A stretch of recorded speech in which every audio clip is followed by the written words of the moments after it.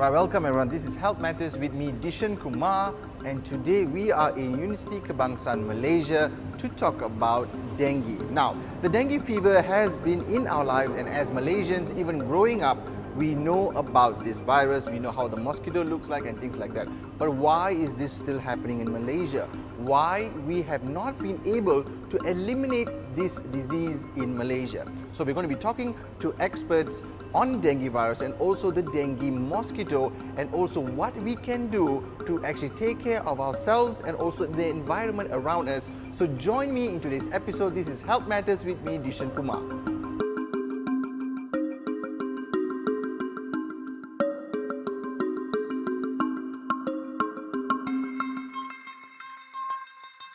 Alright, hi everyone, thank you for joining me. This is Health Matters with me, Dishan Kumar.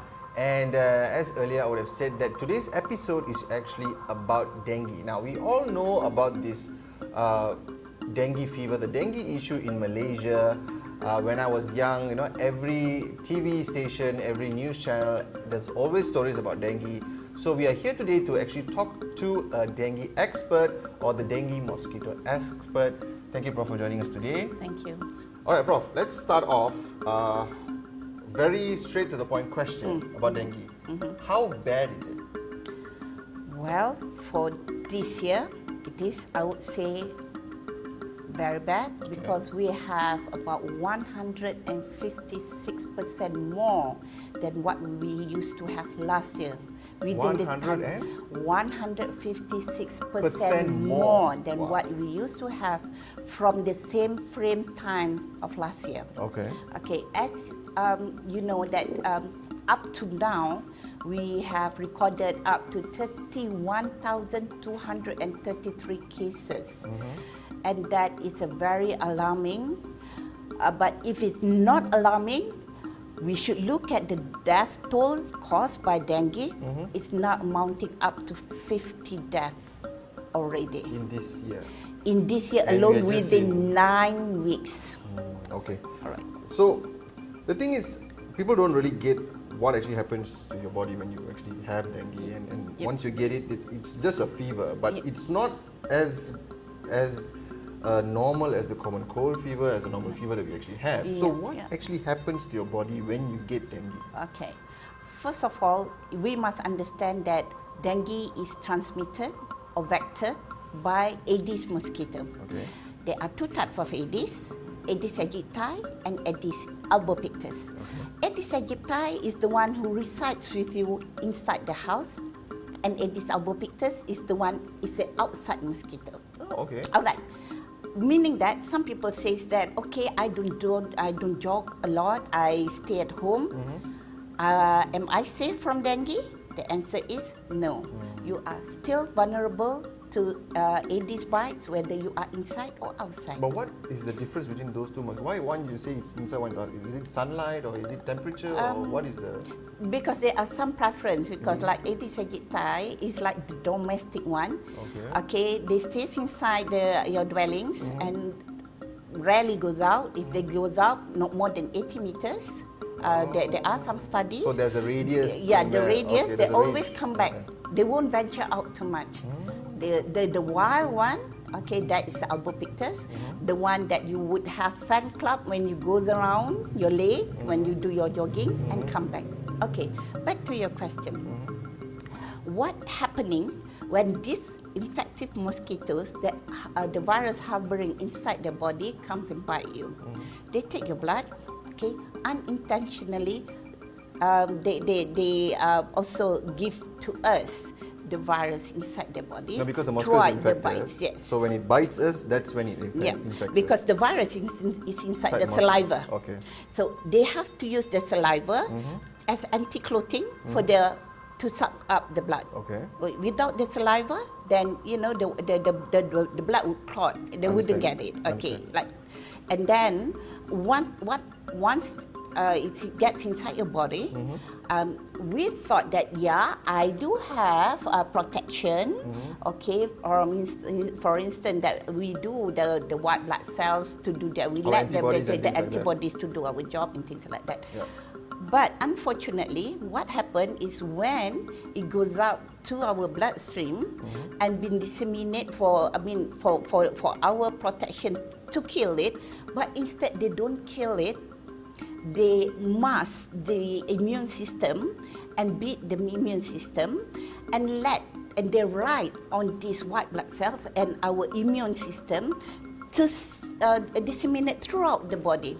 So instead of killing them, they're giving the right to these viruses. So what you're trying to say is our antibodies actually don't fight the virus, but actually the virus rides on the antibodies. Helping it to disseminate throughout the body. Okay. So once it got into your body, and some other senses also, we have other like interferons and things like that, get alarmed with that and trying to kill these white blood cells that have been riding, that this virus has been riding. Okay. But unfortunately, it raised the temperature of the body. That's why you have very high fever the moment all these things gets mixed up and get the alarm. Okay. Because the fever is a body's response of telling you, hey, there's something wrong. There's something wrong. There's an infection going on inside your body.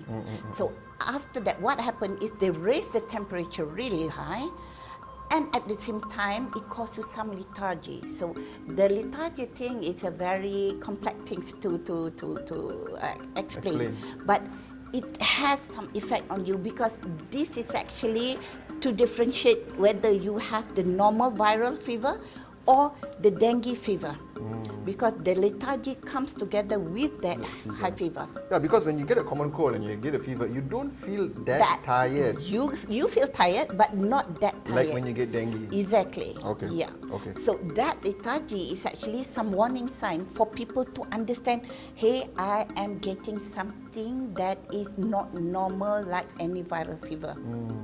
Right. So when the moment that we realize that we have that, we should seek the treatment as soon as possible. Okay, talking about treatment, one thing that we always try to go around or try to understand is, can you fully recover from dengue? Well, yes. You can? The answer is yes. Okay. You can fully recover from dengue, provided you get the earliest treatment as soon as possible. That is the key word to this. So earliest treatment, what can we say is the range? Well, the moment you feel high fever, high grade fever, must come together with the lethargy. Okay. Not the normal one that when you woke up, oh, I'm not feeling well today. Not the one. Okay. And sometimes it comes together with some nauseous, some vomiting, some pain at the back of your eyeball, and also it's been called breakbone fever because you will feel very, very painful at all your joints and things like that. The moment you have either one of these, go and check yourself at the clinic. Especially, in Kuala Lumpur, I know Jabatan Kesihatan Negeri Wilayah Persekutuan has this motto: every fever is a dengue fever until proven otherwise. Meaning that when the moment you got fever, the first thing that should come to your mind is this dengue? Go and check, because they will get your blood check for your NS1 antigen. And that is very fast actually. Unlike last time, this is about 1 hour or at most 2 hours. Then you get the results. Because this is very, very interesting, because we as Malaysians, we get fever, makan Panadol, I have yes, some Panadol, I should be fine. I should be fine, you know.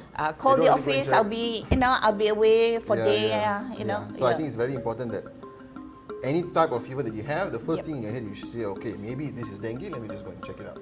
Whether you feel or experience any of the side effects that I told just now, but for me, every time when you have fever, just go and check.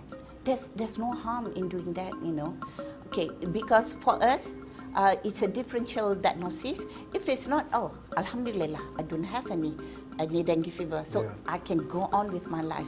But if you have dengue fever, the doctor might ask you to come back again and get your blood rechecked and checked, because we want to see when is really your platelet goes down, because that is one of the reasons why your body is shutting down and causing you death, because one of it is the number of the platelet in your blood goes down very, very But fast. why does the platelet go down? What actually causes the platelet to go down? There are some theories saying that this platelet, they are utilizing this platelet as the food for this virus. Something like that. So, platelet is very important for your venous and or your artery to keep their integrity. But once it's not there, then it crumbles. So once it crumbles, it's just like the pipe, the one that you go to. It's been like got holes inside it, and the water does not really goes well. It just goes out through all the holes, and it goes into the flesh rather than towards all the necessary. So that's where it becomes very severe. Then it becomes very severe. Okay. And one thing that people must know, the moment you have, you think that you are okay, you don't have that temperature, your temperature has gone down, that is when your platelet really, really goes down. Some people thought that, I am okay, I don't have fever anymore, so I should be fine in 2 or 3 days' time. You are wrong with dengue, because that is where the danger zone is. Your platelet could plunge anytime, and that is what happening to many of the patients, including my own son. Luckily, that thing happened while he was hospitalized. We could see from 40, it goes down to 21, it goes down to 12, and it goes down to 9. Just imagine if he's not been hospitalized at that time. Exactly. He might get treated, but late, then God knows what happened next. So that is why we ask you to come and check regularly, daily, for your platelet count to see if that thing is, that pattern is, we're seeing the pattern going down and down and down. Yet, we can help. We have platelet cells that can be bombarded back to your body to help out with the platelet count number. And did your son recover? Alhamdulillah, Okay. alive and kicking, live to tell. So you actually can fully recover, but depending on when you seek treatment, that's the most important thing. That is the most important thing. Okay.